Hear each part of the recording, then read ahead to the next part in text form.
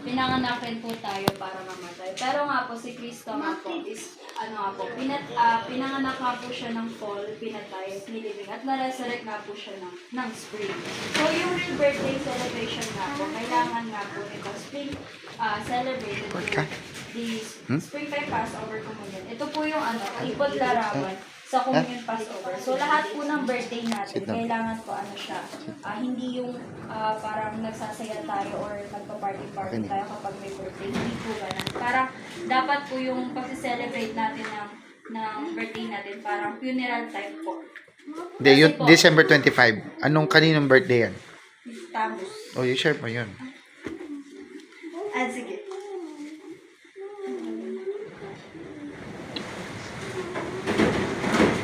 Diretso na rin. Oh, sige. Tingnan. So sabi na yun nga, hindi kailangan natin parang pang yung birthday natin pang party kasi di ba parang yung buhay natin dito sa mundo is nababawasan, hindi pa dagdag ng padagdag. So dapat parang yung pag-celebrate natin is funeral type siya kasi nga parang ginagamit nga natin yan para mag-evangelize nga sa ibang tao kung ano ba talaga yung tunay nang nangyari or kung ano ba talaga yung totoong birthday ni Jesus Christ. So si Jesus Christ nga po, di ba, pinanganak nga po siya sa sabsaban o manger. So pinapakita nga po dito na siya po yung lamb sacrifice na na pinapakita po siya na siya po yung pinanganak para maging isang sakripisyong buhay or tinatawag po natin Lamb of God. So siya din po yung pastol natin. Pero nga po, pinaglalaroan nga 'di ba ng demonyo yung buhay natin na 'di ba kapag Pasko kasi parang kapag Pasko ang nagiging Sentro natin is yung parang tara tayo.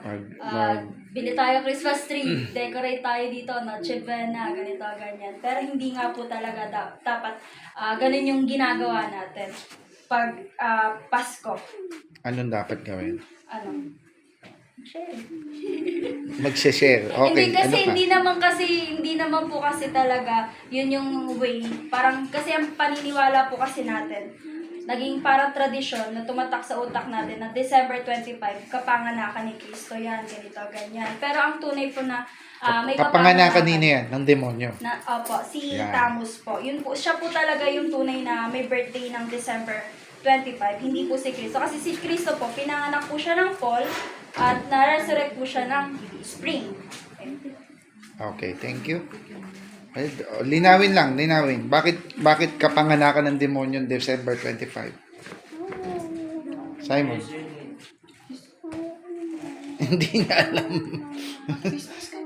Christmas. Ano ba yun sa'yo? Revelation Mark of the Beast. Okay, sige. Connected na yan. Connected yan. So, ayun po, magandang hapon sa ating lahat. Yung isi-share ko po sa inyo is about po to dun sa Mark of the Beast or yung kadugtong po nung sinabi ni Pastor kanina. Yun po yung Mark of the Beast. Yun po yung mababasa po natin sa Revelation 13 verse 1. Tapos yung Mark of the Beast or yung tatak, it's yung sa Revelation 13, 16 to 18. So, basahin nga po natin yung Sige, basa. Revelation 13:16 po. Sino pong pwede magbasa? Sige. Si Ate Maricel. 13 verse 16. 16 po. Sige nga po, Ate. 13:16? Okay. Pinilit din niya ang lahat, hindi mahalaga at malakas, mayaman at mahirap, malaya at alipin, para tumanggap ng tatak ng kanyang kamay o sano? 17 po. 17. 17. Hindi maaaring bumili o pagbilhan ang kahit sino maliban na lamang kung siya ay may tatak na halimaw. Iyon ayon ang bilang ng kumakatawan sa kanyang pangalan. 18. Ito ay tumatawag para sa karunungan. Kung sino ang may kabatiran, hayaan siyang bilangin ang bilang ng halimaw dahil ito ay bilang ng Tao. ang isang tao ang kanyang bilang 666. So, ayun po. Yung nabanggit naman po yung tatak ng demonyo ay 666. So, yung binanggit ko ni Pastor kanina, yung sa John 6 verse 66 is, di ba nga po, sasabi nga po doon sa John 6 verse 66, yung mga tao doon, or yung mga disciple, tumalikod sila, which is parang, tumalikod sila sa Panginoon, so hindi nila inintindi yung salita ng Diyos. Yung sa Revelation 13 verse 16 po, sabi nga po doon na kahit mayaman ka, mahirap, may sakit, or wala, kapag wala kang salita ng Diyos, magkakaroon ka ng tatak ng demonyo. And dun sa verse 17 naman po, mangyayari po to sa tribulation. Kasi sabi po doon na hanggat wala kang tatak ng demonyo, hindi ka makakabili, hindi ka makakain, hindi ka pwedeng kumain kasi nga wala kang tatak ng 66. Kasi ang mangyayari po doon, tatakan na po ng demonyo. And dun nga po sa Revelation 18 po, yun nga po yung sinabi doon na alam naman po natin kung anong ibig sabihin ng 666. Yung 666 po or yung mark of the beast, ito po yung hindi talaga sa Diyos kasi yung mga gawa na yon is humihiwalay sa salita ng Diyos or parang kapag nagkaroon ka ng 666, parang hiwalay ka na sa salita ng Diyos or parang mas uunahin mo yung sanlibutan kaysa dun sa salita ng Diyos. So, kahit nga po tayo, sa panahon po natin ngayon, nagkakaroon po tayo ng mark of the beast kasi yun nga po, dahil nga po sa laman natin, dahil nga po sa kagustuhan ng laman natin, minsan, parang iisip natin na, yun na nga po, may mga dahilan na sinasabi na, ayaw ko munang mag-church kasi malamig, ganito, parang ayaw ko munang mag-church kasi may trabaho ko, ayaw ko munang mag-church, marami pong dahilan. So which is, yun nga po yung isa din po naging sanhi ng mark of the beast. Kasi nga, parang gusto mo humiwalay dun sa salita ng Diyos. And yung mark of the beast, hindi lang naman po nakukuha doon, kundi sa galaw din ng tao. Paano galaw ng tao? Minsan, nagkakaroon tayo ng Diyos-Diyosan sa sarili natin, nagkakaroon tayo ng Diyos-Diyosan sa ibang bagay.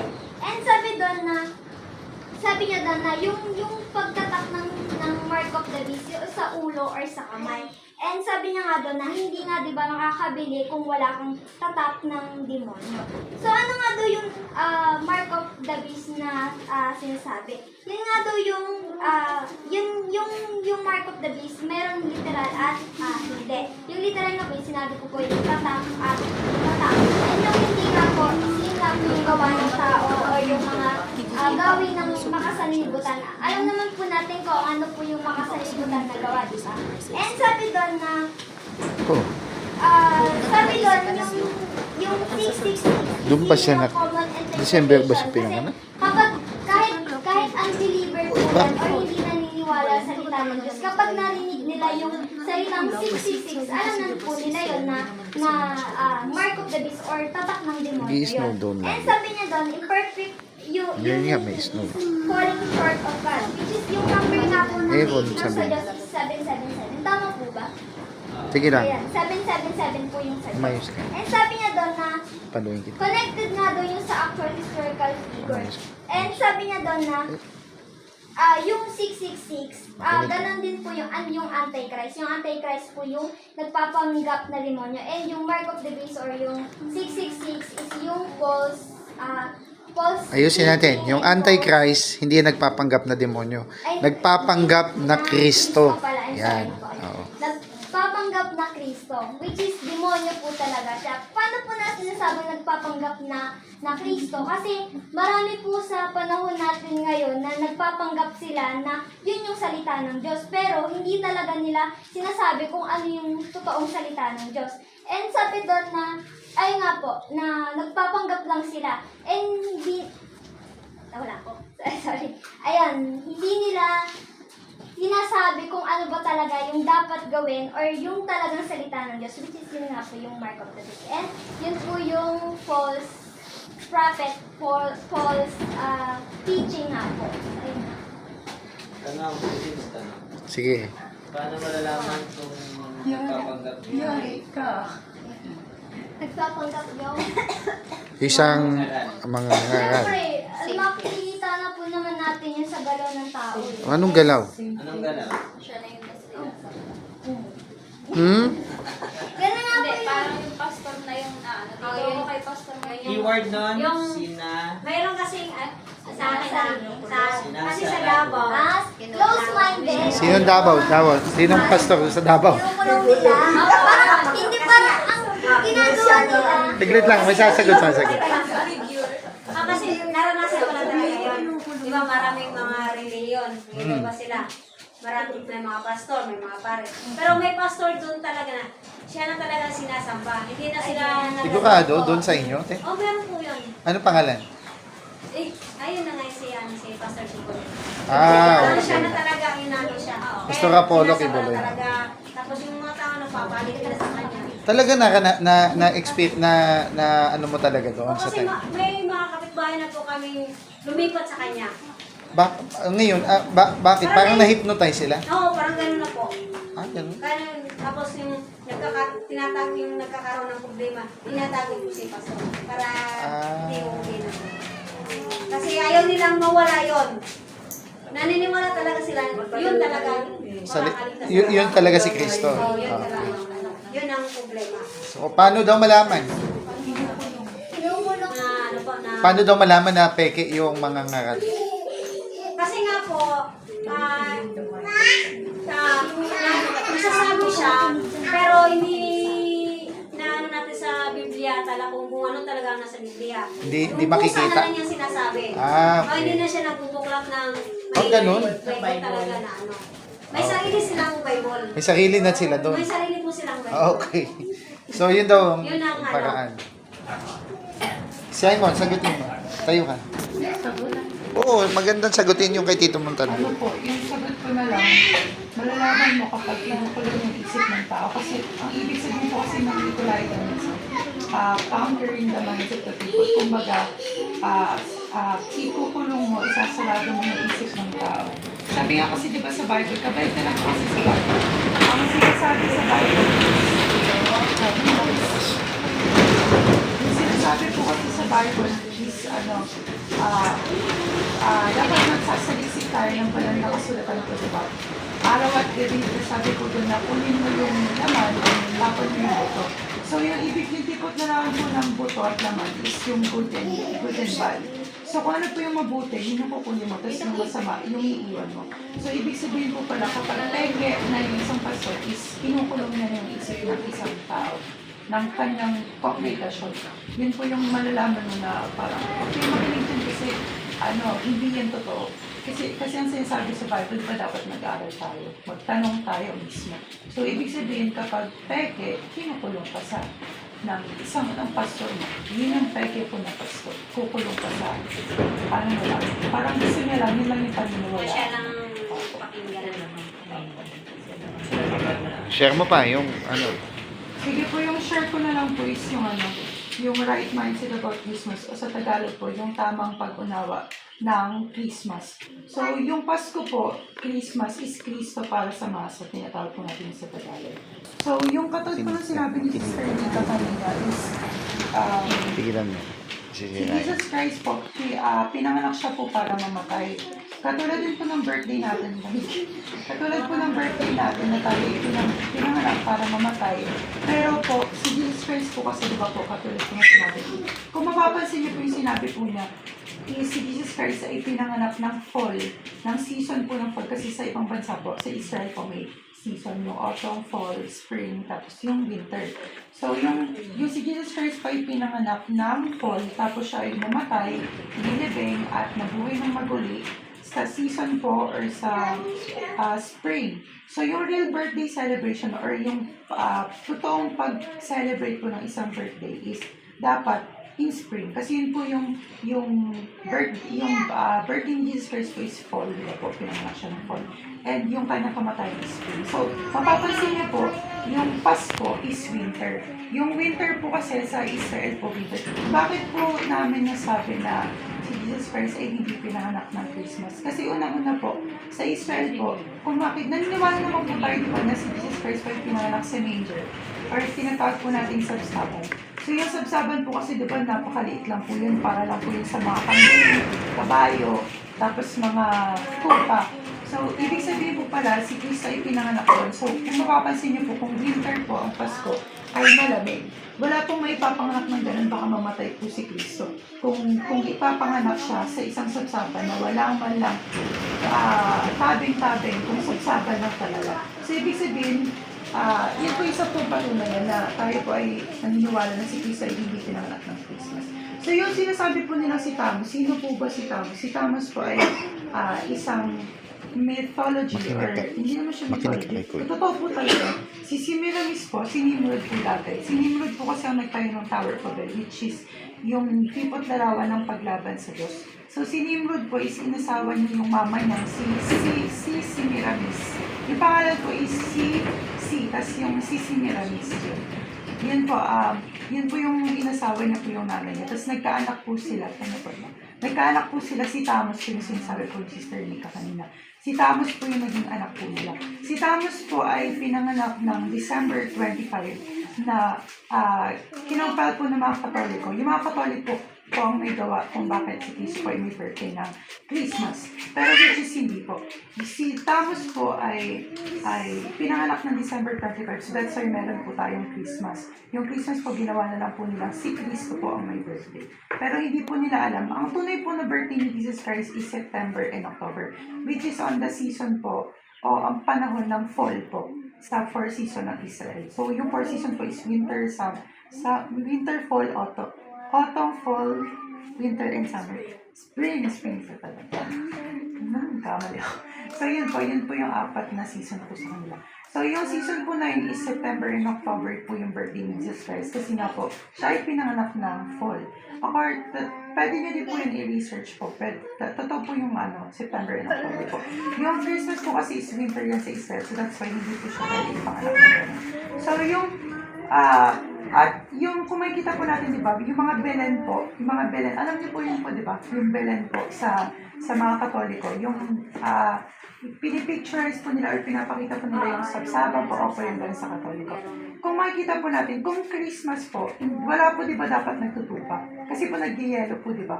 Yung mga tupa po ay makamatay kapag may yelo. So, kung malamig po, hindi po nila kaya, kahit makapal yung balahibo nila. So, wala pong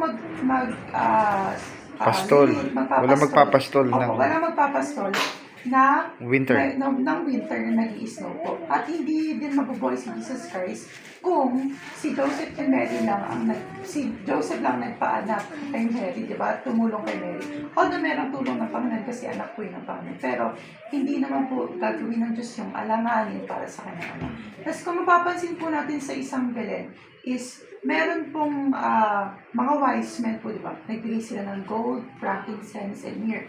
Yung gold po is ginto, parang frankincense. Tapos yung myrrh po kasi, yun po ay pang-imbalsamo.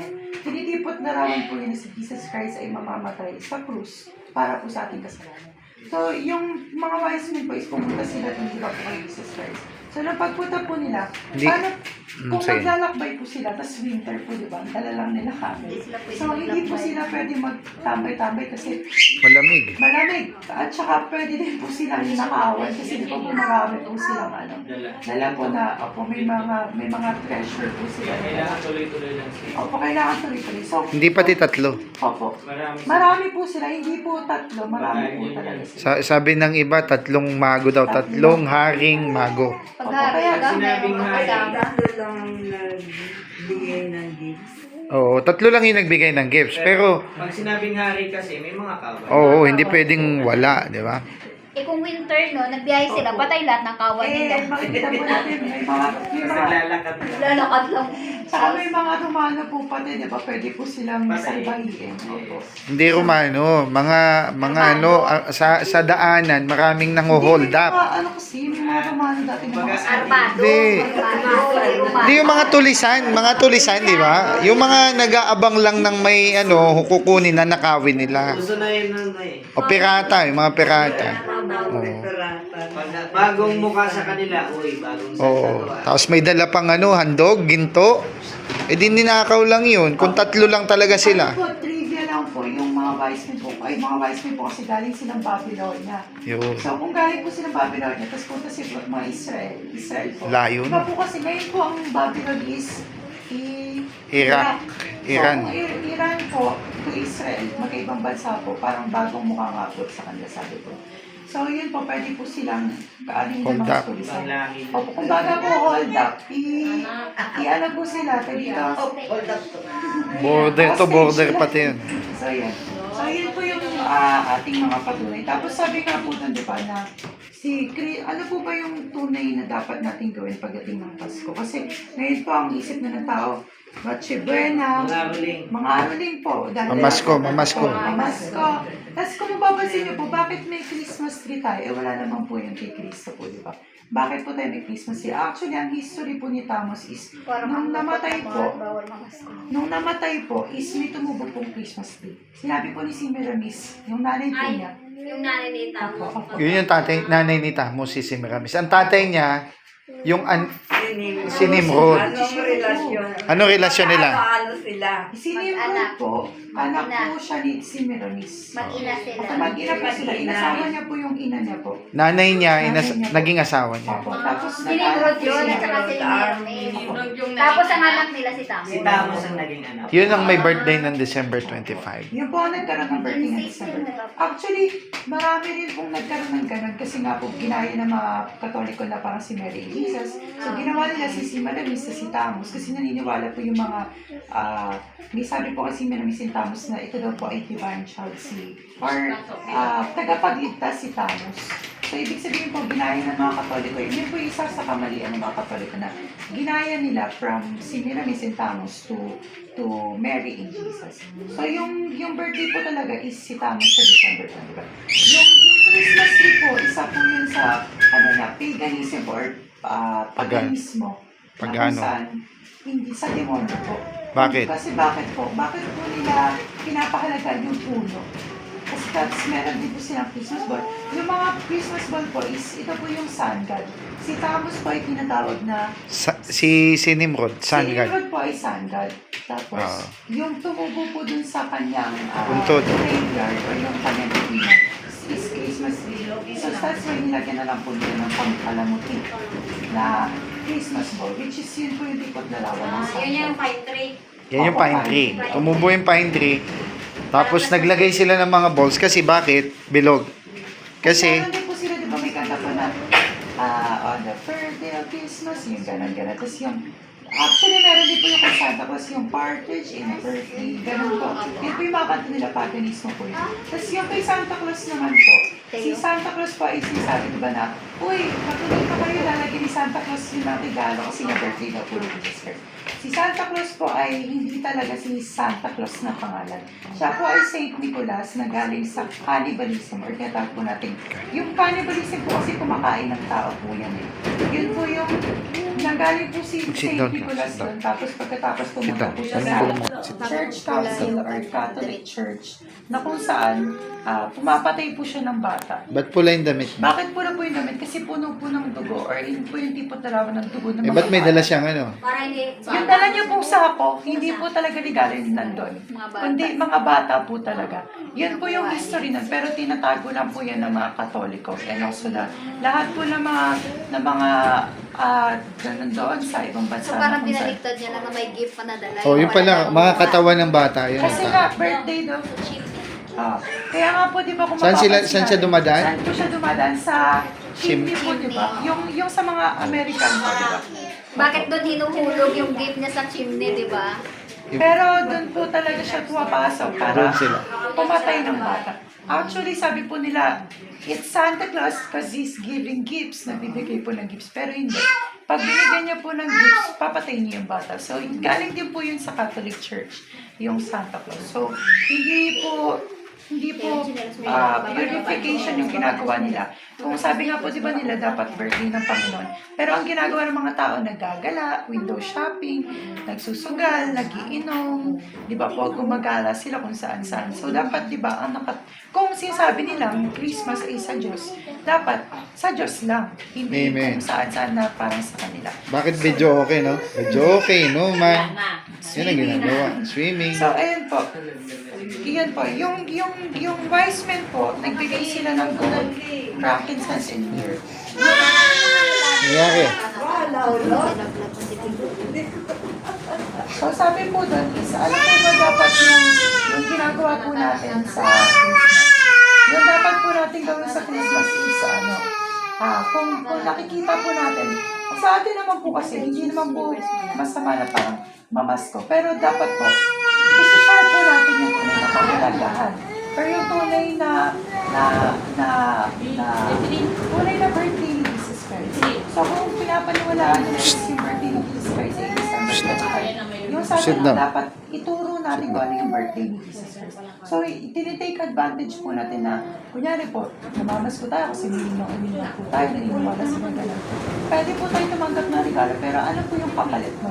Dapat, kung gaano binigay nung wise men, yung gold, frankincense and myrrh, na kung saan yung ipot karawat is yung support, yung prayer, tapos yung bitterness of sacrifice, or yung pagsasakripisyo para sa Panginoon, tapos yung prayer, dalangin para doon sa nag-birthday, is ganun din yung dapat natin gawin. Kunyari, tatanggap tayo ng isang regalo sa ninong natin. Ano dapat natin gawin? Dapat natin ituro yung tunay na kahalagahan ng Pasko or yung tunay na birthday ng ating Panginoon sa Kristo.